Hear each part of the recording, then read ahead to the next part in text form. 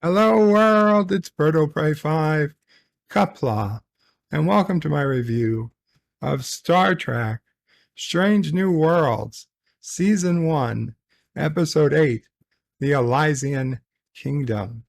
What is the Elysian Kingdom?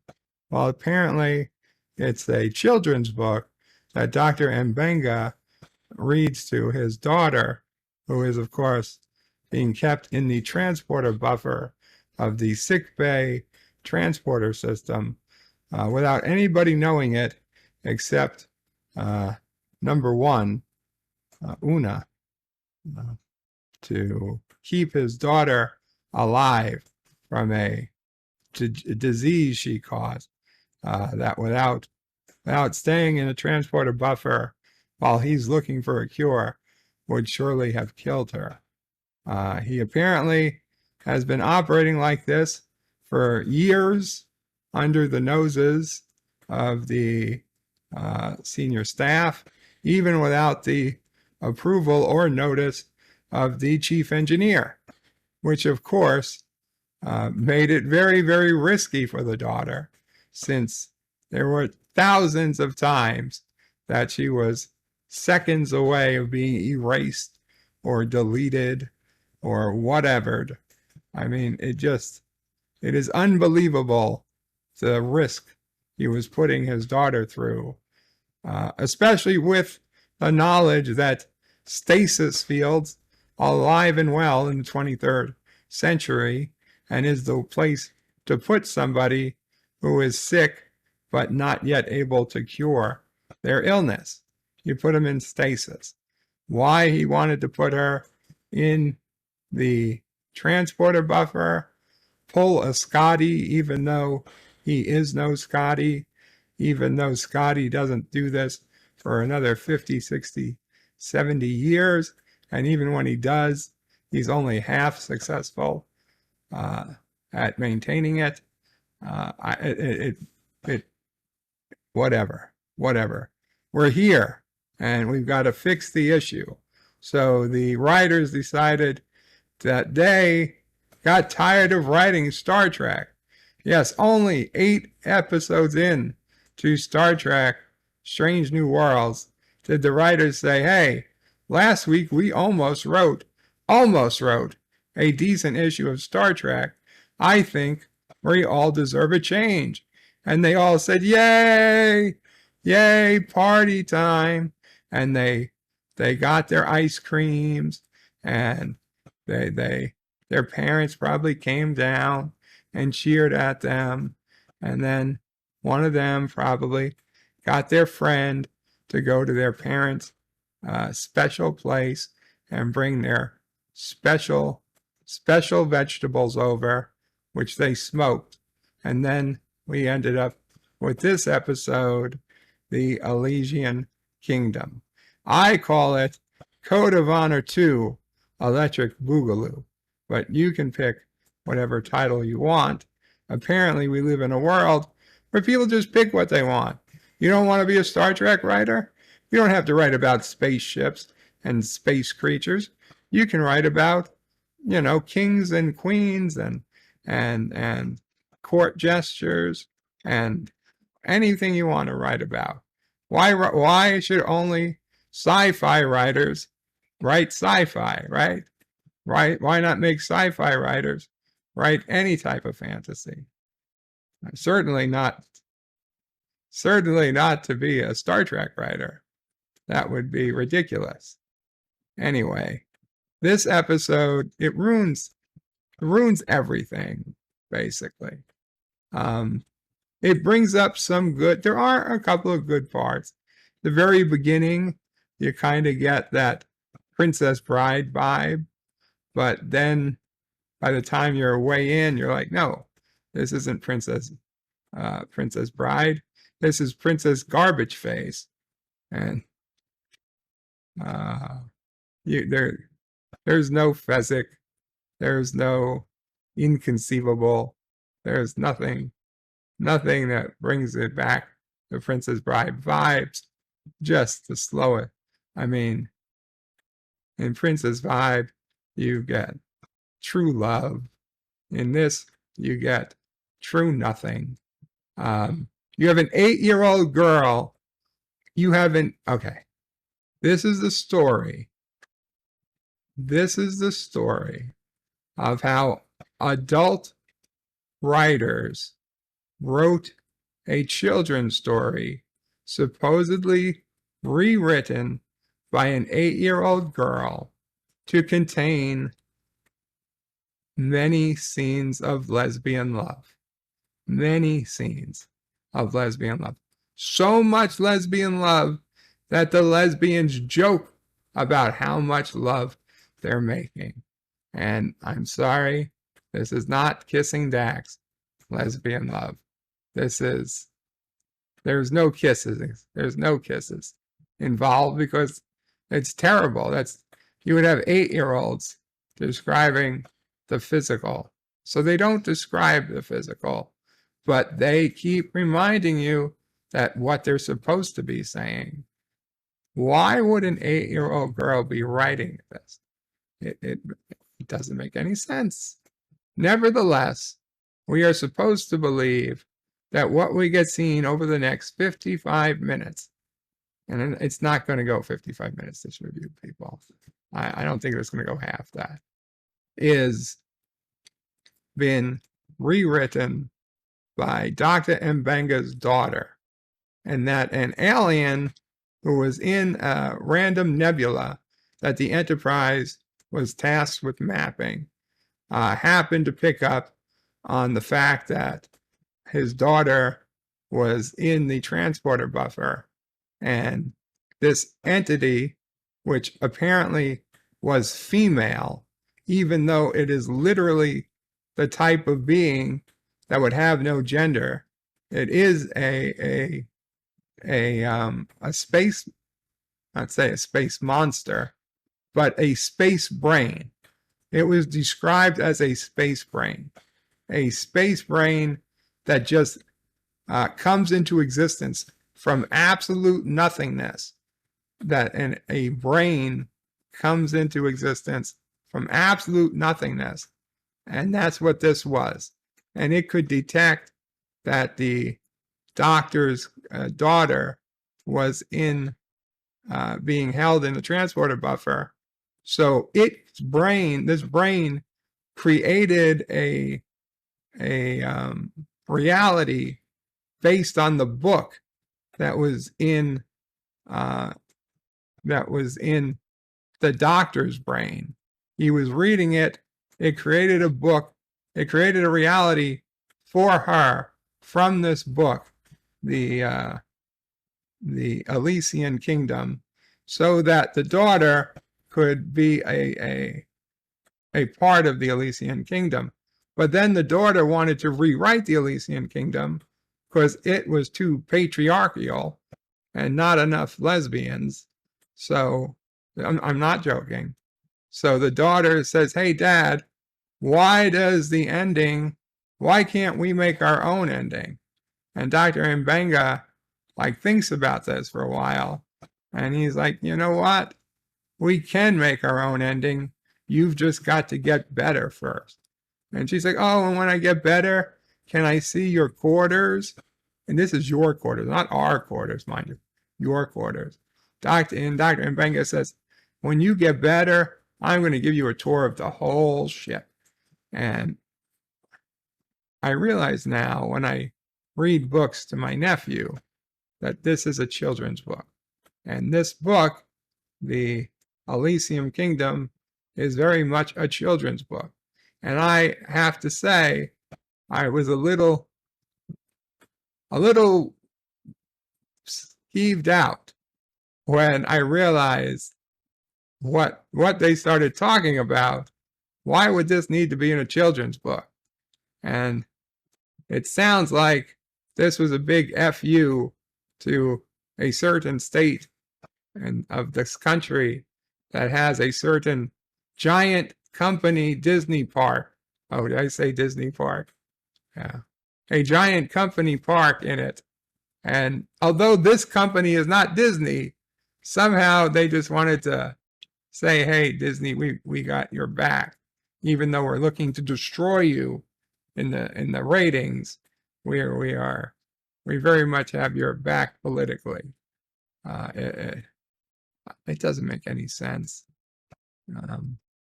So M'Benga plays the role of the king in this book. Okay, fine. Then, well, who does everybody else play? Well, M'Benga recognizes each person, and then they do a thing where they go back to a page on the book. And of course, it's a children's book, so each character they have a drawing of. And each character just so happens to kind of look like somebody on the Enterprise. So we find that M'Benga is, of course, the king. Yeah, that's what you'd expect. Okay, fine. But Pike, you would think Pike was some top guy. No, Pike is, if he's not the jester. He's not the jester per se. He pretty much is, though. He is a loser. He's very much out for himself. He has no balls. He is a weakling, and he surrenders more than the nation of France. In the 30 minutes, maybe not, maybe 15 minutes of airtime Pike has in this episode, he surrendered a dizzying number of times. What I really did like, and I knew very hard to me say this, was Ortega's character. Ortega's had a great character in this episode, and if we could have gotten more of that, I probably would have been okay with it. Although it's not a Star Trek story, so I don't know who would have watched it, but I would have if somebody said, well, Ortega's got a funny story. Maybe I'd watch that. Surprised that number one has a relatively little part in this. Number one doesn't come on till the episode's like halfway over, and then doesn't stay on very long. She is she's the Humpress. She shoots arrows. She's at first used to comedic effect, and it turns out that later on, the daughter says, "Oh, she always wanted the Humpress to meet the chief of security, who is not Laan, but instead Ortega's in this. Ortega's gets to play the chief of security, whereas the actual chief of security gets to play a pretty princess with a little doggy at her side. It's very nice. A little, switch of characters there. So Ortega's and number one are said to have had a relationship, and then they joke about it.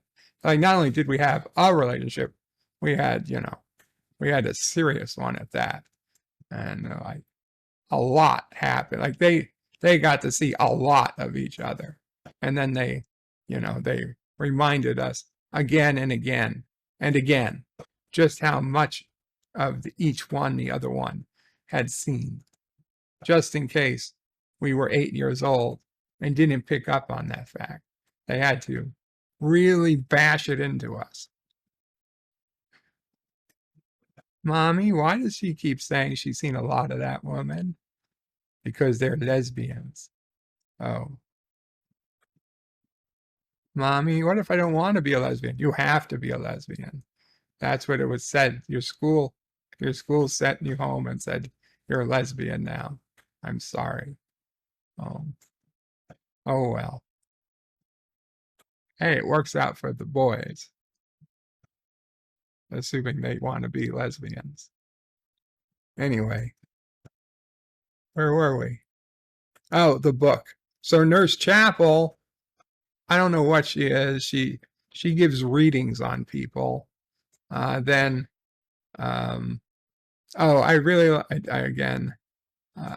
liked, again, it was with Ortega, is that they replayed the line, I like science, but this time they did it in a way that even they knew it had to be a joke.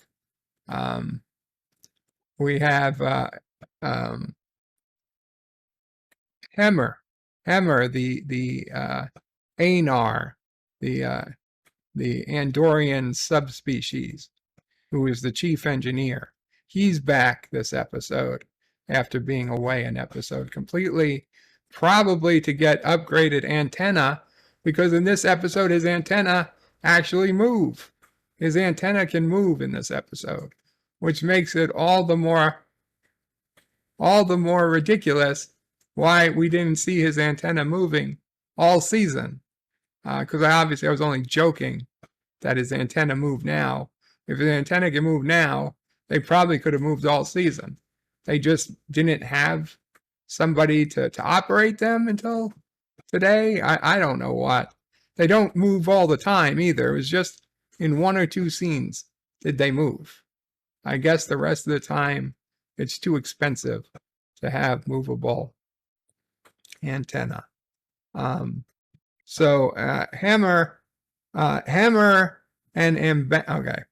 So they're at this nebula, and Pike stupidly says, "Wow, I could really get used to these missions. It's normal, it's easy, and nothing unusual happened. This is great. Hey, Spock, is that the last one?" And Spock is like, "Yes, sir, this is the last one." And he's like, "Good." And then Spock is like, "But sir, you always tell me not to do anything to jinx the mission. You're superstitious." And so then he turns it around. He's like, "Spock, I didn't think you were superstitious." And Spock's like, "I'm not, but you are." And so Ortega's is like, "This is wonderful. Can we just say hit it and get on?" And so Pike says hit it, and she hits it, and nothing happens. The ship doesn't go anywhere. And so they bring up Hemmer on the line, and they're like, "Well, Spock says he's monitoring a signal from the nebula," and Hemmer is like, "Oh, great." And it's like, Spock's like, "Maybe it's just this. We'll try again." So he's like, "Okay, try again." Now, for some reason, everybody is standing up on the bridge for the second try. And of course, while it doesn't work, it does shake the ship a hell of a lot more than it did the first time.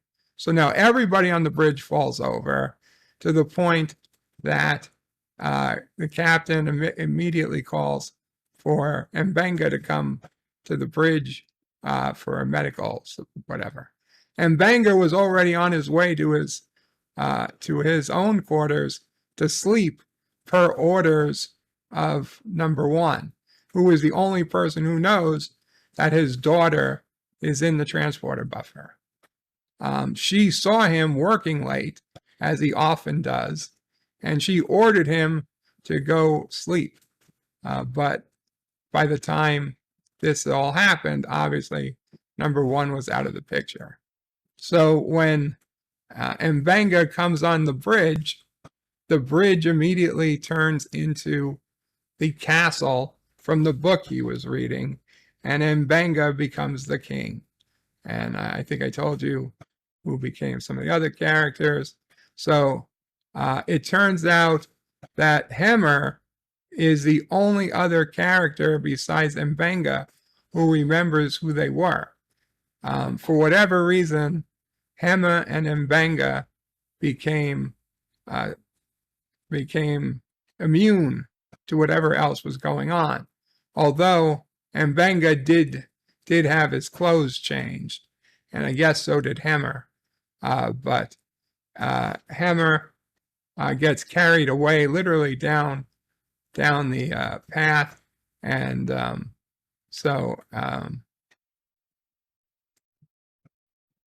M'Benga's like, we gotta go find Hemmer. And then in the story, they're like, well, Hemmer's been taken to the evil queen's darkest lair in the what was it? The forest of infinite. The forest of infinite. deaths, the forest of infinite deaths. Anyway, so Leon, who is in this a pretty princess, she doesn't want to go. She says she'll stay to take care of her dog. And actually, the king, Mbenga, says, no, you don't have to go, pretty princess. You stay here and take care of your dog. And once she heard that, she was so happy. She's like, okay, thank you so much, wise king. And if you shall die there, I will sing a song for you. And then she proceeds to attempt to sing Friday, I guess. Well, she attempts to sing Friday, sure. No, she attempts to sing a song, and everybody gets the same look when I try to sing a song. So I don't know. But clearly she has above average singing abilities. I'm just kidding. She's horrible. She is a terrible singer, and everybody is better for not having heard it. So then Pike wants to pike out. Pike wants to pike. I joke. I made a joke. Somebody write this down. Captain Pike wants to pike. He doesn't want to go on this mission either. He's afraid for his life. But for some reason, King oh my God, King Mbenga decides, no, you've got to come with us. I don't know what his name is called in the story. You have to come. And of course, bringing Pike along is going to be the wrong choice. Pike's going to betray them, because what else? What else do white men do but betray everybody? I'm sorry, but so yeah. And who do they find on the way is Spock. Spock is so they explain that a Hammer is a wizard, that he has magic, and of course his magic is science. So Hammer is playing the part a few times. He's like, what do they call a magician on your planet? And he's like, magician or something like that. He's like, what word does a magician say on your planet? And like, abracadabra. And so, okay. So Hammer plays this whole up, and he's like, I am going to do my magic, and my magic is science. And he says, abracadabra. And he has a phaser or something, and he uses it to cut through a metal door, which they put on the transporter. Okay. There's a brig. There's a brig in the ship, but for some reason they made the transporter the holding cell, and they had to break out. And Hammer had a phaser on him, so he just happened to be able to phaser through the lock and open the door and walk out onto, in front of the transporters. And they got out, and that was great. Then later, when they need to transport somebody to the transporter, I guess it's a good thing that's where it was locked. I don't know. But for whatever reason, Hammer is playing up. He likes being a magician. Later, he uses science a second time, and he transports the evil people back into the prison. Meanwhile, Ortega's is watching his magic, and she, at the beginning, she's like, I don't like magic. Give me a clean kill with a sword anytime. But now she's watched his magic, and she says, I like science. Something like, instead of the discovery line, I like science, it was something like, I like this science, magic, or something like that. Or I like this magic, science. It was enough to get a little bit of a laugh out of me. I guess they were playing off their own I like science bit, which is fine. Because you know what? They own it. As far as I'm concerned, they own it. We actually don't get to see Uhura as the queen until fairly late in this episode. So she is, because I assume this was a story set in Africa, Uhura is the, Dr. Mbenga is the good guy. He is an African king, and Uhura, being the second person, or whatever, is the evil queen. Now, I find it hard that Uhura would be evil, but that's what they're running with. So Uhura is the queen. We don't get to see a hell of a lot of her. She seems to command Spock around, and so they're looking for, the goal is to find the Mercury Stone. The Mercury Stone is what Uhura wants. That will let her take everybody's empire over, including the pretty princess who ran to Mbenga at the beginning of the episode, to look for, to get her entire population is about to be taken prisoner by Uhura. So Mbenga has to save them, and they need the Mercury Stone to save everybody. Well, once they realize the Mercury Stone isn't a physical object, they start thinking, how can we solve it? And Hemmer actually brings up the thought that maybe we're doing it all backwards. Where is the daughter? They realize that, Mbenga realizes that the story is different.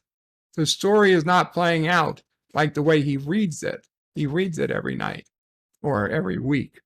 The story is playing out how his daughter wanted it to play out with, the lesbians. So Hemmer is like, maybe we're playing this wrong. Where's your daughter? And the daughter wasn't in the transporter buffer. So they realized, well, where could the daughter be? And Mbenga's like, I bet my daughter is in my quarters. That's where she always wants to go. So they all decide, let's, like something out of the Wizard of Oz, let's all go to Mbenga's quarters.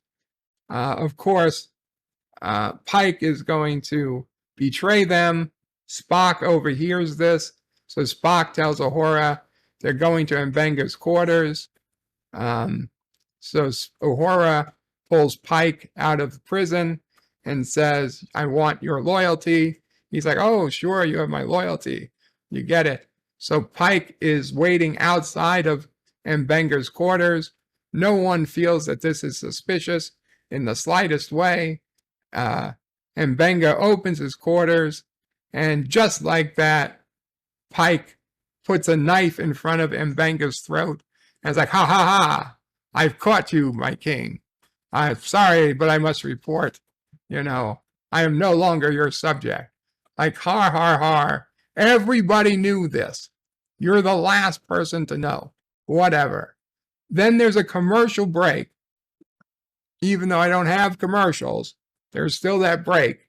They come back from commercial break, and Pike, who had his neck with a knife next to it, not Pike, Mbenga, who has Pike around him holding a knife to Mbenga's neck.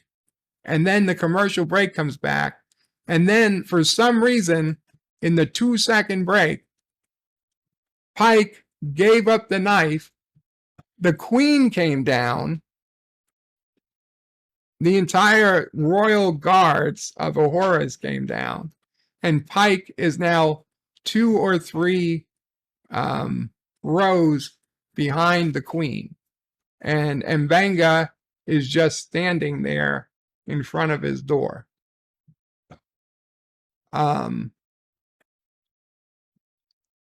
For some reason, for reasons, Ortega starts fighting with a guard. Even though Ortega has no weapon, she just walks up to one of the male guards who has a weapon, and she just elbow smacks him in the face, and the guy drops his weapon. She's like, now I have a weapon. And then she fights the Queen's guard one by one. Of course, once the Queen's guard wise up and they all put their knives together, swords together, then they lose. And they're all about to die when suddenly Hammer decides to play magician again. He's like, stop where you are, evil queen, or I will destroy you. He's like, behold my magic. And he's like, I will punish you. I will send you to the forest of, like, I don't know. I'm writing better than the writers are here. I will send you to the forest of an infinite +1 number of deaths. And Spock looks at Uhura, and Uhura is like, Spock, and Spock's like, trust me, my queen, there is no such place. And the queen looks at Hammer, and Hammer's like, he just starts yelling things. He starts going back and forth, and he makes all these weird noises. And then we see he has a transporter. He has a tricorder in his hand, and he uses it, and he activates the transporter, and with it, the queen, the evil Queen Uhura, Spock, Pike, and all the bad people, they're all magically transported away. And he says, yeah, I rigged it to transport everyone away before. So that's it. So they're good. So they'll never be heard of again. And I'm serious, they'll never be heard of again in this episode. And he finally goes into his room. His daughter's there. We spoke about it. Anyway, yeah. So it turns out that Hammer can talk to this brain that just came out of nowhere in the universe, and because Hammer is a telepath, he has telepathic abilities. And even though the first time he tried to talk to this entity, it was killing him. It was extremely painful. This time, not so much, because this time it wants to talk. So, like I said, it is a monster. It is an alien that has no body to it, but it can use Hammer's body to speak. For reasons unknown, it presents itself as another little girl because it wants this little girl to stay with it. And I thought that the father, Mbenga, was going to give a Captain Kirk-like impassioned plea that his daughter is a human being, and his daughter is not meant to live without a body, without a body for infinity, because they said, let her stay here, she will never know death. And I was waiting to say, to be a human, you have to know death. To die is, after all, to die is what makes us human. And not to mention the fact that leaving your child, not even your, 18-year-old, whatever age Wesley was when they let him go with the traveler. I think he was like 16. Oh, God. But poor Wesley. Not even like a 16-year-old. This is like a 8 to 10-year-old girl. And you are going to give your 8-year-old to a fucking alien who says, I want your little girl. By the way, I'm a little girl too. Don't check. You've got no way of checking. Ha ha ha. But I'm a little girl too. I would be really nice if your little girl and me could become best friends and we could explore the universe together. Yeah, that's what we'll do. We're going to explore the universe. Couple little girls with no bodies to be harmed. And I thought that M'Benga would say, no, she can't live. Better to die as a human being than live forever as an energy creature. But no. M'Benga says, well, little girl, do you want to go with your bestest friend and never be sick and never die? And already the daughter was like, yes, please. She was like, oh, live forever, before she even realized that meant not seeing her father ever again. And did they say never again? No. They said maybe. You'll see him. So the little girl, his daughter is Rukia. Rukaya? I don't know. That's the girl's name. Rukaya is like, yes, please, I want to go with this friend. And M'Benga's like, well, I guess if that's what you want to do, then that's what you should do, you know. And she's like, I love you, Daddy. And he's like, I love you too. And then she turns into dust. These light waves come through the window, and then she's like, it's tickling, Daddy. It's tickling. And I'm thinking they're destroying her body, and she thinks it's tickling. The poor girl. Anyway, she evaporates, and M'Benga like looks out the window, and then all of a sudden something comes back. Like, oh, they figured out a way. They figured out a way to save her. No, it's the girl. She's like, I don't know, 10 years older than she was. And she's like, hey, Dad. He's like, what? He's like, could it really be? She's like, yeah, it's me. I know just a few seconds passed for you, but a whole eternity passed for me. I'm just coming back to say hello. And that I had a lot of fun.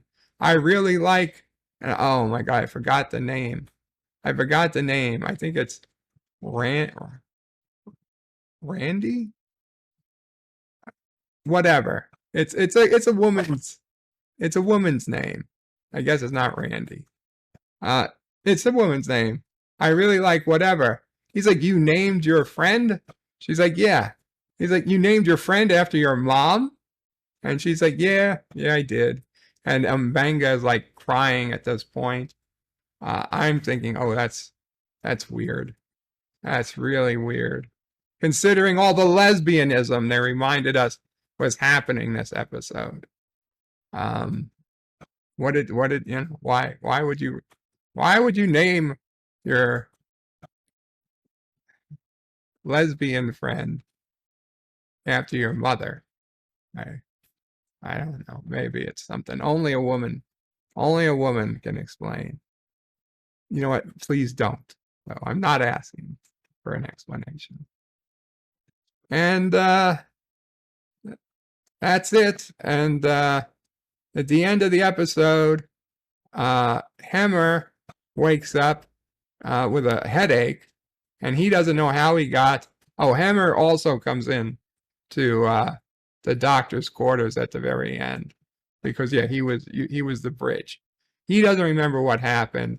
He has no idea how he got to the doctor's quarters. The doctor is the only one who remembers, and for the whole rest of the ship, all they have is a 5-hour loss of time, and nobody seemingly knows why. Only number one, when she talks to M'Benga on her quiet off the rounds, does M'Benga admit to her that he knows what happened, and he starts telling her the story. M'Benga should be calling the captain and telling the captain what happened from start to finish, including the fact that he was holding his daughter in the transporter buffer this entire time. Okay, he needs to come clean about that. He needs to tell everybody how their bodies were being used, and that his daughter is now free to run around the universe as a independent alien thought bubble with her loved one, whatever her name is. There were a couple of funny parts, and this was a strong episode for Hemmer, who is definitely a favorite and one of the best, one of the strongest characters on the show. It was also a lot of lines for Ortegas, who is just a funny person in and of it herself. That said, this isn't Star Trek. This is not Star Trek in any way, shape, or form whatsoever. I thought I personally could live with it, but it's not Trek. It doesn't get Trek points. I would give this at best a 3 out of 10. And as a Star Trek, it probably deserves worse than that. But we'll give it a 3 out of 10. Last week we were close. We were close to a good Trek episode. This week, everything has been lost and then some. Qapla all, bird out.